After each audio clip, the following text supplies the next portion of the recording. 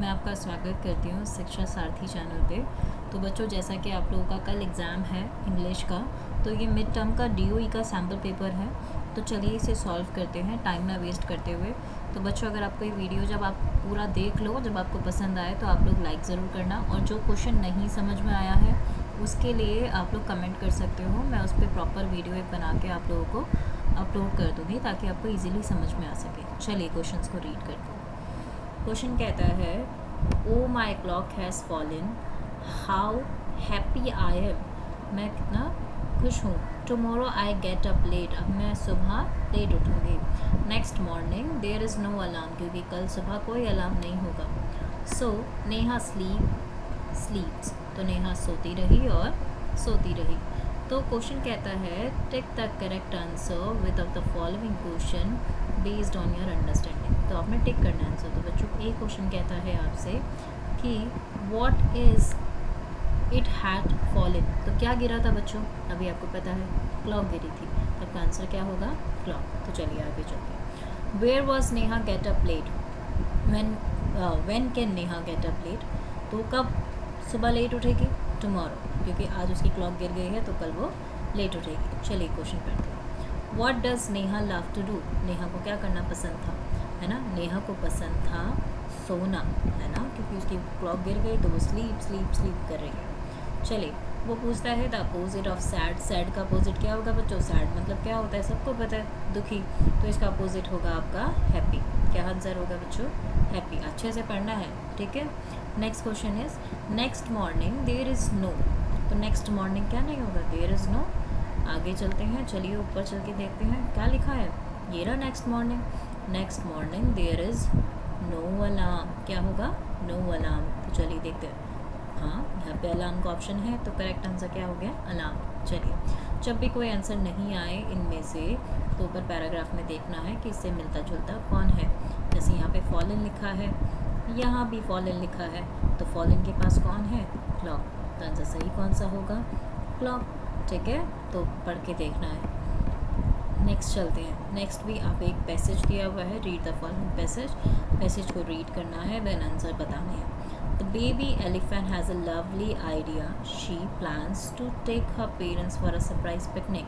तो baby elephant के पास एक अच्छा आइडिया होता है, लवली आइडिया होता है। She plan to take her parents, वो अपने पेरेंट्स को लेकर एक सरप्राइज पिकनिक पे जाना चाहती है। She get downs to work, है ना, तो आती है। She gets hold of a basket and a colourful blanket, तो उसके हाथ में एक बास्केट होती है और एक कलरफुल ब्लैंकेट होता है। शी गैदर फूड, वो खाना इकट्ठा करती है, and keep them in a private basket, और उसे एक प्राइवेट बास्केट में रखती है।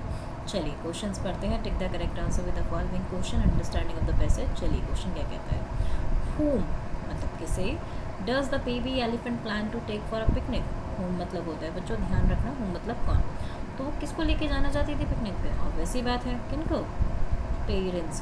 तो आंसर क्या होगा? Parents. Next question, what does the baby elephant get hold of, तो उसके होल्ड मतलब होता है पकड़ा हुआ। उसने क्या क्या पकड़ा हुआ था बच्चों?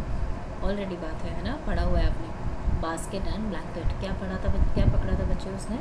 Basket and blanket. चलिए, what does she keep in a first basket, तो पहली बास्केट में उसने क्या रखा था, है ना? What does she keep in the first basket is food, क्या रखा था बच्चों? फूड। नेक्स्ट क्वेश्चन पे चलते हैं। The word, the describing word in the passage used for a blanket is, blanket कैसा है? चलो पैराग्राफ में चलते हैं वापस। तो वो कहता है, कहाँ लिखा है ब्लैंकेट? देखो ये रहा, तो लिखता है कलरफुल ब्लैंकेट। ब्लैंकेट कैसा है? कलरफुल। तो ब्लैंकेट को कौन डिस्क्राइब कर रहा है? कलरफुल, है ना?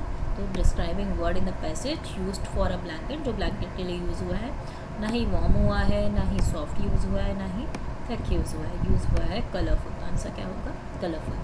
Where do elephant live, elephant कहाँ रहते हैं बच्चों? आप ही बताओ। डेन में तो नहीं रहते, स्टेबल में भी, बोरो में भी नहीं रहते, वो रहते हैं जंगल में। कहाँ रहते हैं? जंगल में। अब नेक्स्ट बी पार्ट में आपको लिखना है बच्चों, अभी तक नहीं करना, अब लिखना है। Write a few benefits of running, running के बेनिफिट्स लिखने हैं। Running help us to, running क्या करता है? To keep our body fit and healthy, हमारी बॉडी को क्या रखता है? Fit and healthy. To keep our body fit and healthy.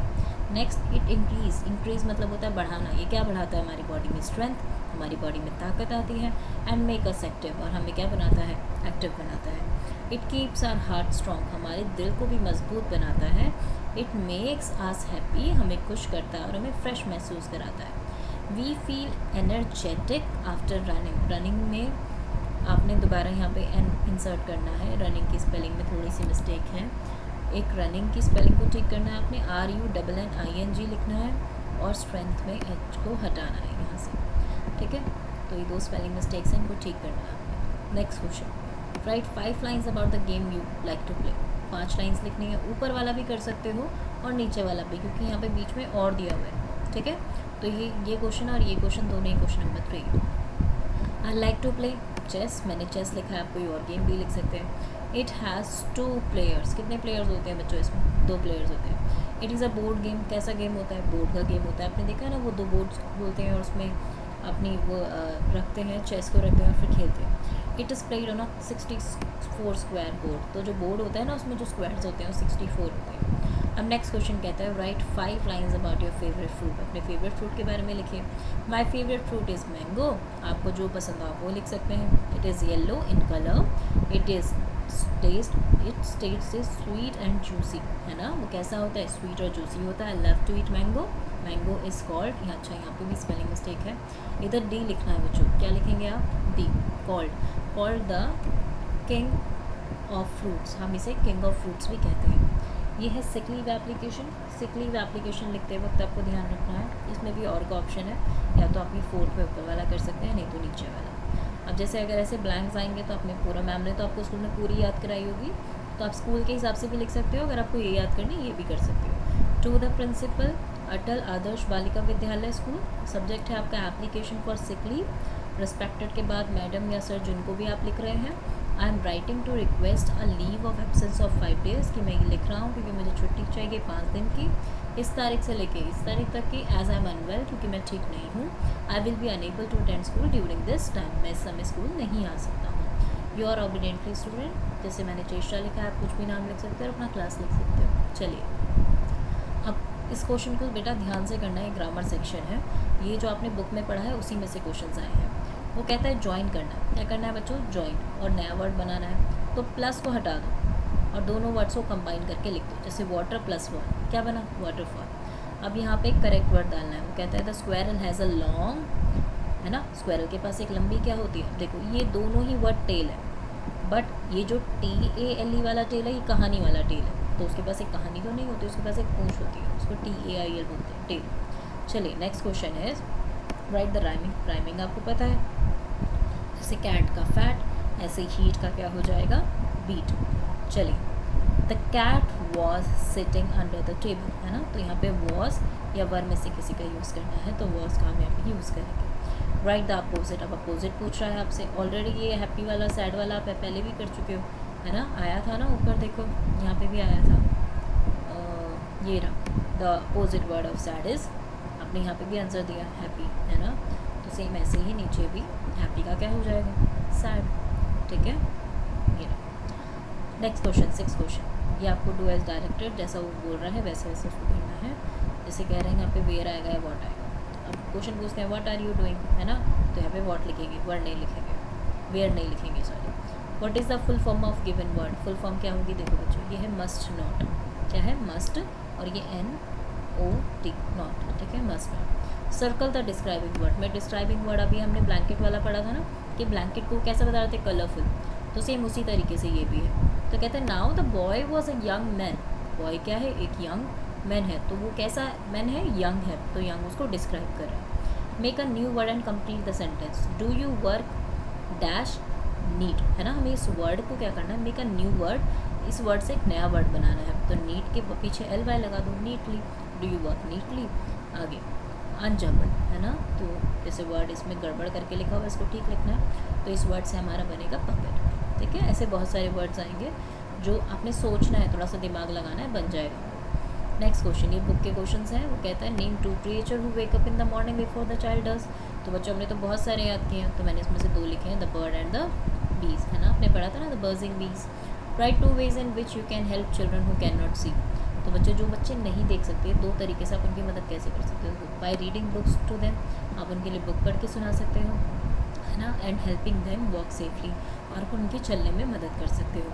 Right 2 funny things that you have seen, 2 funny thing. पहला तो मंकी वेयरिंग अ हैट, कि monkey ने hat पहनी हुई थी, ये फनी चीज़ थी।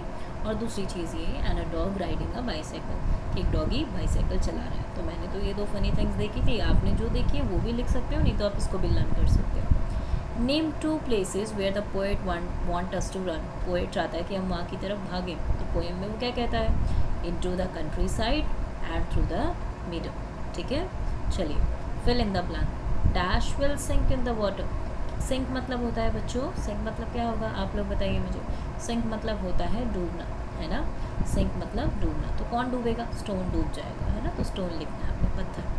The poet say that dash will always shine at night, रात को क्या चमकता है, स्टार। तो बस इतनी सी बात है। आगे, what do you do when it's dark, जब डार्क होगा तो आप क्या करेंगे, देखो, I switch on the light, हम लाइट ऑन करेंगे, एंड स्टे इनडोर, अपने घर में रहेंगे, एंड रीड बुक्स, बुक्स पढ़ सकते हैं हम। ठीक है, और भी चीज़ें आप इसमें लिख सकते हैं बच्चों। Next question, write any 3 thing to describe the garden that Alice saw, Alice ने जो देखा था गार्डन में वो लिखना है। बट बच्चों राइट फुल सेंटेंसेस, पूरे सेंटेंसेस में लिखना है, तभी 3 नंबर मिलेंगे। Alice saw a beautiful garden from the doorway, doorway से उसने एक ब्यूटीफुल गार्डन देखा था। The garden was filled with bright flowers, बहुत खूबसूरत फ्लावर से वो गार्डन भरा हुआ था। Alice also saw a cool fountain, Alice ने एक फाउंटेन भी देखा था, है ना। Write 4 things you love about your self, अपने बारे में आपको क्या अच्छा लगता है। देखो मुझे तो अच्छा लगता है, I am a kind and helpful, कि मैं क्या हूँ, बहुत दयालु हूँ और मददगार हूँ। I love to study and play with my friends, मुझे पढ़ना और अपने दोस्तों के साथ खेलना बहुत पसंद है। I always respect my elders, मैं अपने बड़ों की बहुत इज्जत करती हूँ।